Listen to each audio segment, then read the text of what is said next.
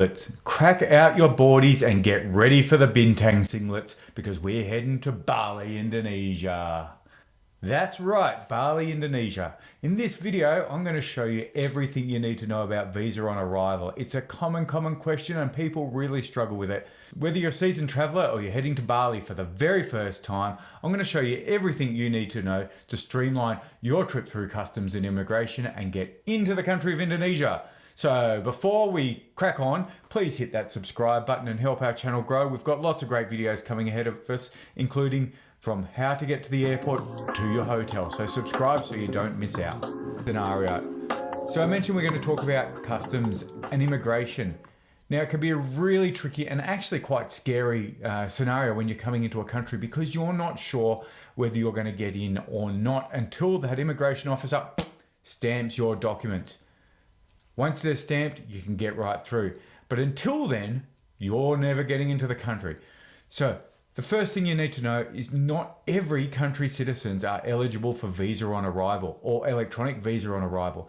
There is a list of about 80 odd that can get it.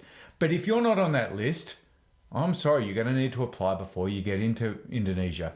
And for that, there's another video.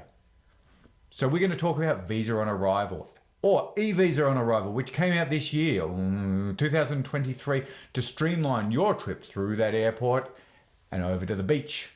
Visa on arrival is a simple process. It's a chance for the Indonesian government to get $35 or about 50 Australian dollars from you to them. And you need to pay for every party or every household member that's coming. So whether your infant is 2 days old or your nana's 99, you're all going to need to pay for visa on arrival to get into Bali. That's just part of the deal. The visa on arrival covers 30 days. That's 30 days. I held up two figures, but I meant 30 days in Indonesia as a tourist.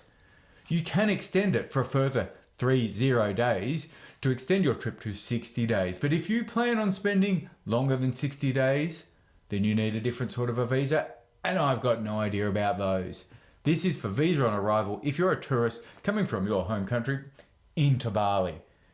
So let's talk about it. So let's talk about the process.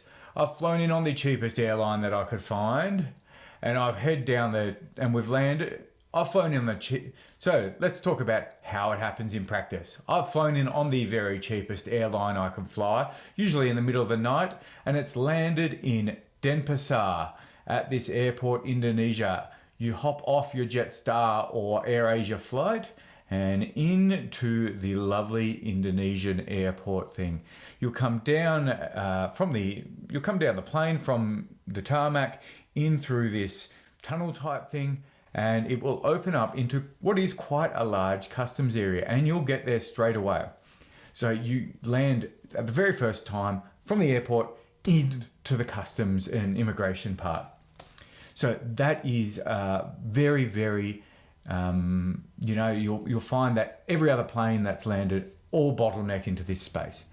So there will be many queues and lines you can go to. Some for e-visa on arrival, which we'll talk about in a second, you will go to the left or the right, and some for visa on arrival, which means you haven't done anything before, you'll go to the visa on arrival. Now, with a visa on arrival, you'll all need to line up as the immigration officer checks your passports, and you'll make a payment. As I said, it's about 500 Indonesian rupiah, $35 or 50 Australian dollars. Now, the very easiest way to do this is to find out the exact amount and bring it in Indonesian rupiah. But if you can pay in Australian dollars or euros or American dollars, but what we found was that we paid with our card and it was so much easier. I think there was a little surcharge applied, but it was so smooth. It was the smoothest process in the world. Our 6 people in our group whisked through there in no time, and then we lined up at the actual immigration desk, passports and visa in hand. This took forever for us.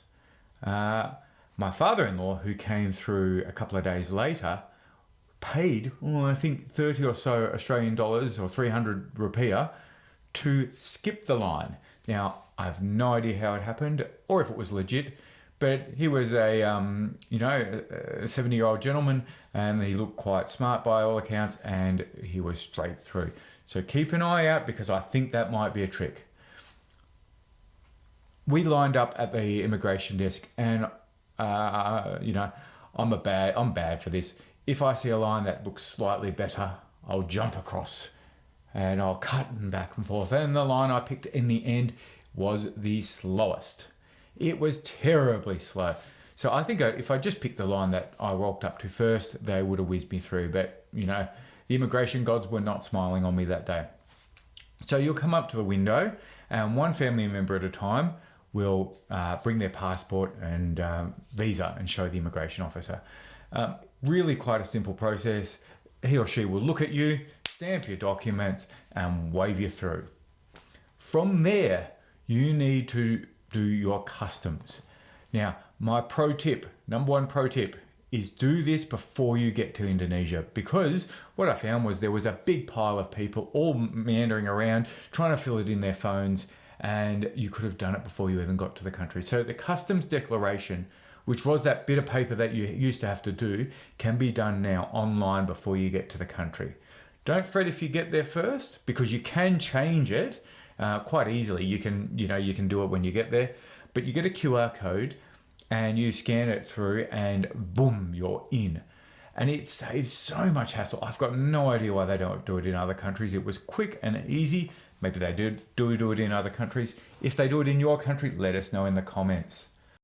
So we've got through customs, we've got through immigration, and then we get into Indonesia, which leaves us at our last point. How do you get from there to the hotel? Well, you need to like and subscribe, and stay tuned for the next video update, where you and I, the humble viewer, the humble YouTuber, will show you how to get the easiest trip you can from Indonesia Denpasar Airport, Bali Denpasar Airport, to your hotel, whether it's the highest class Hyatt or the lowest class little mouse hole. We'll get you there, and we'll get you there cheap and easy. So stick around, stay tuned, and we hope to see you next time. Signing out. Bye.